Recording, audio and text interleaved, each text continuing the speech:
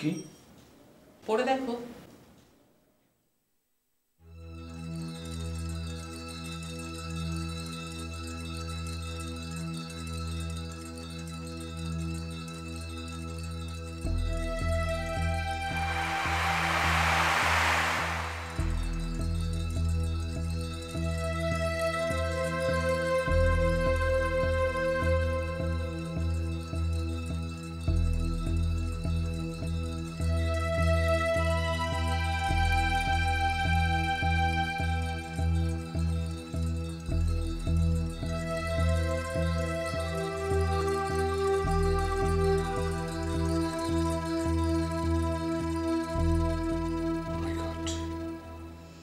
বুঝতে পেরেছো ব্যাপারটা?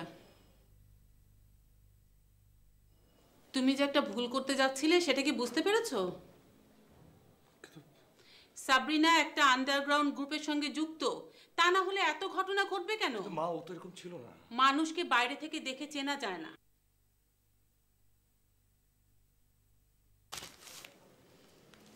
তুমি কি অফিস যাচ্ছিলে?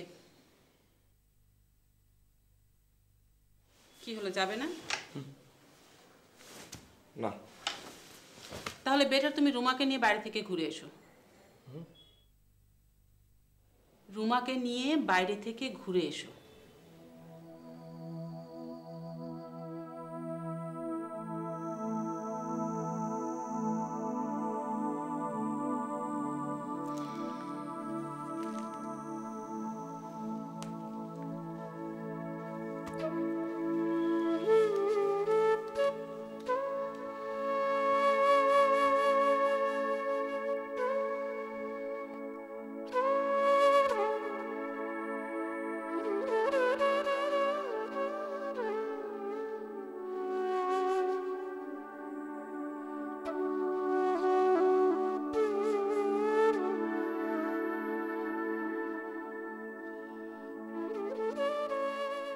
আমি আশ্চর্য হচ্ছি, এতদিন যাবৎ পুলিশে চাকরি করছি, অথচ মেয়েটাকে দেখে আমার ক্রিমিনাল মনে হয়নি।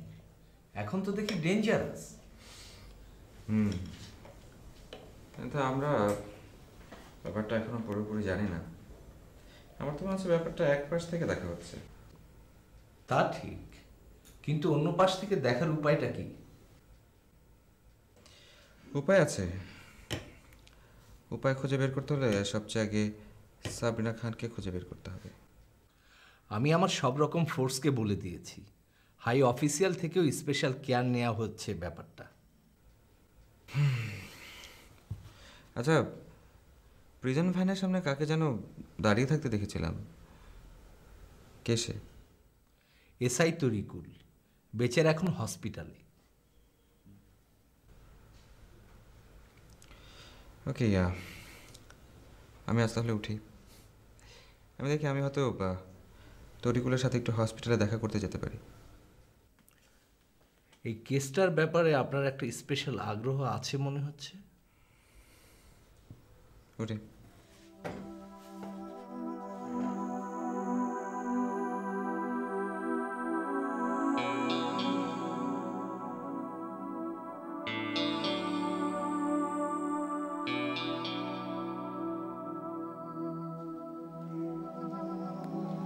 নিউজটা পড়েছিস?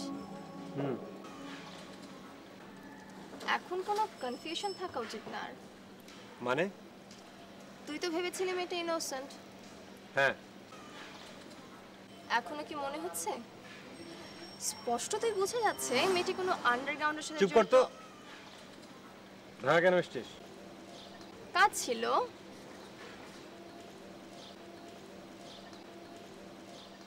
কি কাজ জিজ্ঞেস করলি না? দরকার নেই।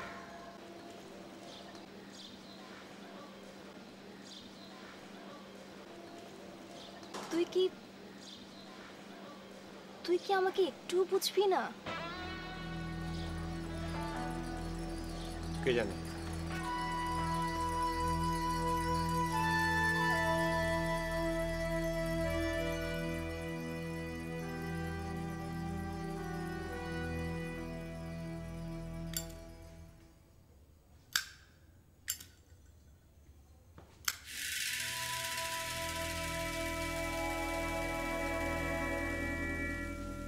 কি অবস্থা?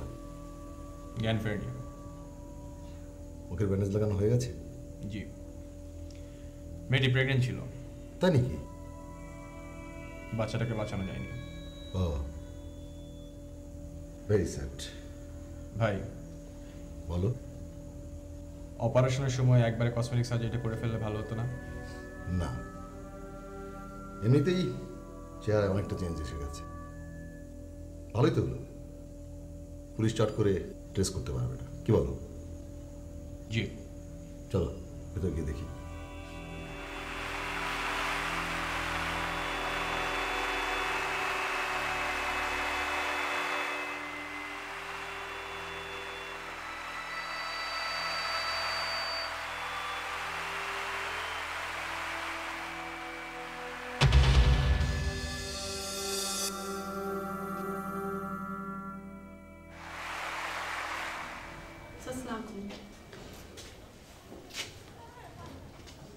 কখন জ্ঞান ফিরবে? আরো 4-5 ঘন্টার সময় লাগবে স্যার। আচ্ছা ঠিক আছে, আপনি একটু বাইরে যান। জি স্যার। সাবু, জি। তুমি আপাতত তোমার সব কাজগুলি বন্ধ রাখো, ঠিক আছে? আমি অলরেডি তাই করেছি। গুড। তুমি প্রয়োজন হলে মেয়েরকে তোমার আদার ফাংশনগুলি বুঝিয়ে দিতে পারো। ওকে। এখন তোমার একমাত্র কাজ হচ্ছে মিস সাবিনার খেয়াল রাখা। রাইট, ফুলি টেক কেয়ার করতে হবে। টাইম টেবিলের জন্য ক্রুশিয়াল। আমি তাহলে যাই। ও, ওনাকে আনার জন্য আমার যে গাড়িটা তুমি ইউজ করেছো সেটা রং এবং নাম্বার প্লেট অলরেডি বদলে গেছে। That's good. এই জন্যই তো আমি তোমাকে। থ্যাঙ্কস। সরাসরি প্রশংসা একটু বিব্রত করে। আচ্ছা ঠিক আছে, আমি গেলাম। মেয়ের চলো।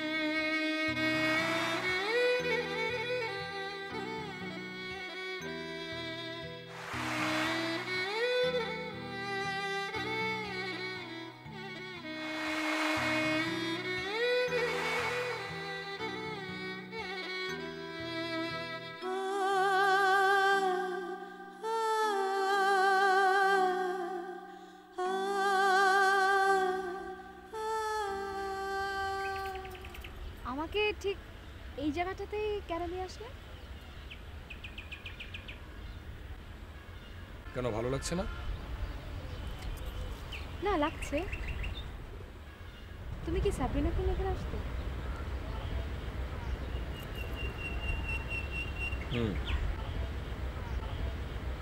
কেন? তুমি অনেক কষ্ট পেয়েছিলে না?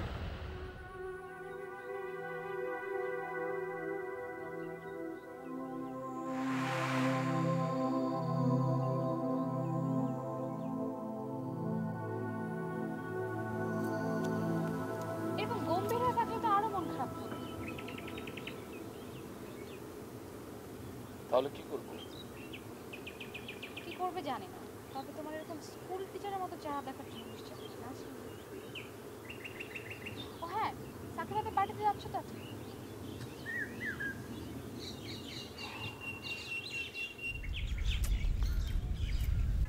যেতেই হবে। আমি কি একা যাবো নাকি? না, আমি তা বলছি না। আমি তোমাকে গ্যারান্টি দিয়ে বলতে পারি, সাকিবাদের প্রত্যেকটি পার্টি খুব এন্টারটেইনিং হয়। কেন হয়? মানে এটা কোনো কোয়েশ্চেন হলো? ওদের পার্টি খুব মজা হয়, তুমি ওখানে যা চাইবে তাই পাবে। তাই?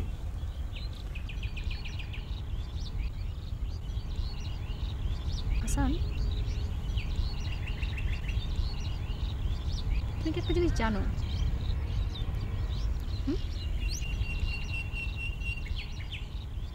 তোমার সাথে আমার বিয়ের কথা চলছে।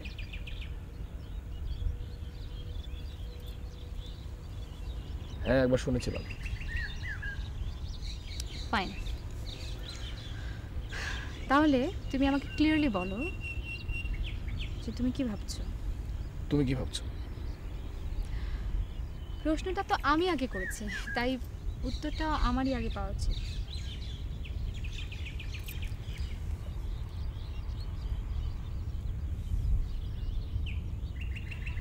তুমি অনেক সুন্দর। তাই? আর আর কি? শুধু সুন্দর ব্যাস? না, তোমার মাঝে এমন কিছু আছে, একটা ম্যাগনেটিক পার্সোনালিটি, আশ্চর্য সুন্দর দৃষ্টি, যা আমাকে তোমাকে কি দ্রুত বদলে দিচ্ছে, এবং এই বদলে যাওয়াটা আমি অ্যাভয়েড করতে পারছি না।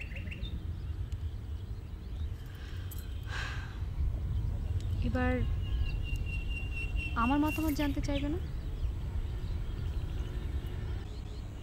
আমি তোমাকে বিয়ে করতে রাজি হতে পারি, তবে আমার একটা শর্ত আছে। শর্ত?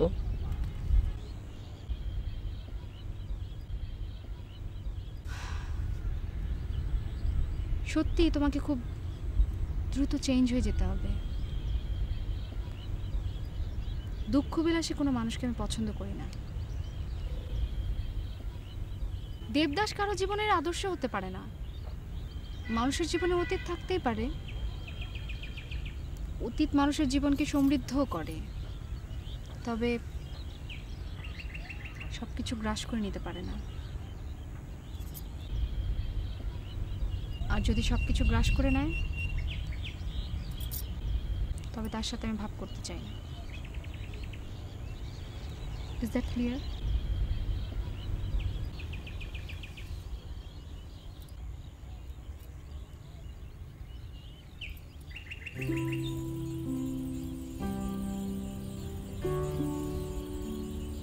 একদিন ইমোশনালি তুমি আমার হাত ধরেছিলে, আমি সরিয়ে দিয়েছিলাম। আজ আমি নিজ থেকে এমন একটা হাত ধরেছি যে হাতটি উষ্ণ, যে হাতের রেখায় শুধু বর্তমান আর ভবিষ্যৎ।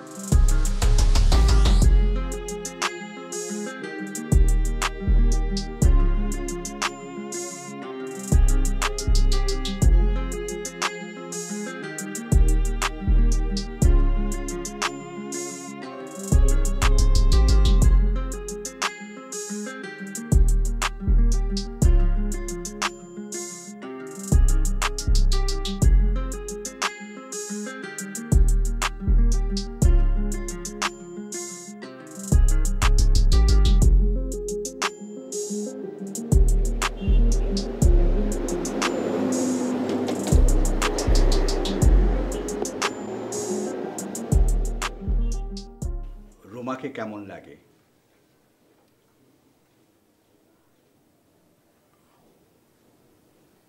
ভালো। তোমার মায়ের কাছে নিশ্চয়ই শুনেছ, আমরা ভাবছিলাম যে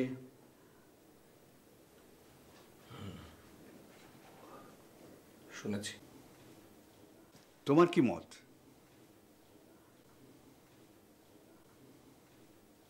কি হলো বলো। তোমার ইচ্ছার বিরুদ্ধে আমরা কিছুই করতে চাই না।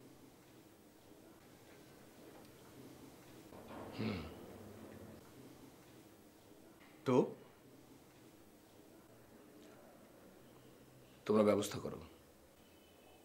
আর ইউ শিওর? বললাম তো রাজি।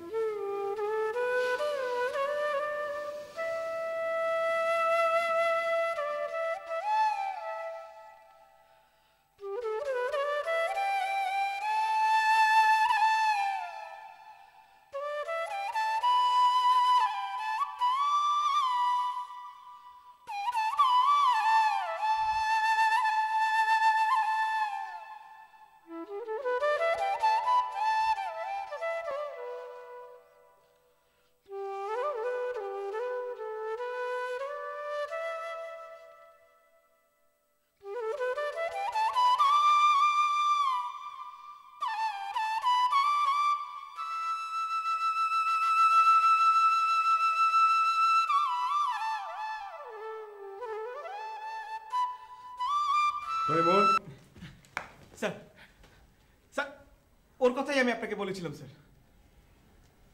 আচ্ছা তৈমুর, তোমার কি কানে কোনো সমস্যা আছে নাকি? না তো স্যার। কেন? তাহলে তুমি বাঁশিওয়ালা ধরে এনেছো কেন? স্যার ও এরকমই, শখে বাঁশি বাজায়, কিন্তু কাজের ব্যাপারে একেবারে এক্সপেরিয়েন্স। বলতে পারেন স্যার আমার চেয়েও পলিশ। তাই না? পোশাকে আশাকে তো একেবারে আধা সাহিত্যিক, হাতে আবার কৃষ্ণের বাঁশি।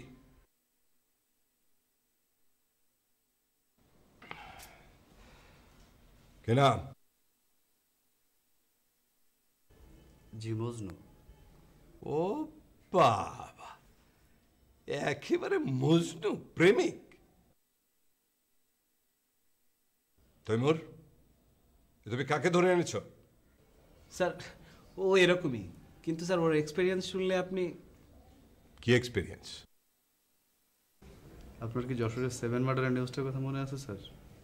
হ্যাঁ, থাকবে না কেন? তা প্রায় 3-4 বছর হয়ে গেল। 7 মার্ডারের 4 মার্ডার করেছি আমি।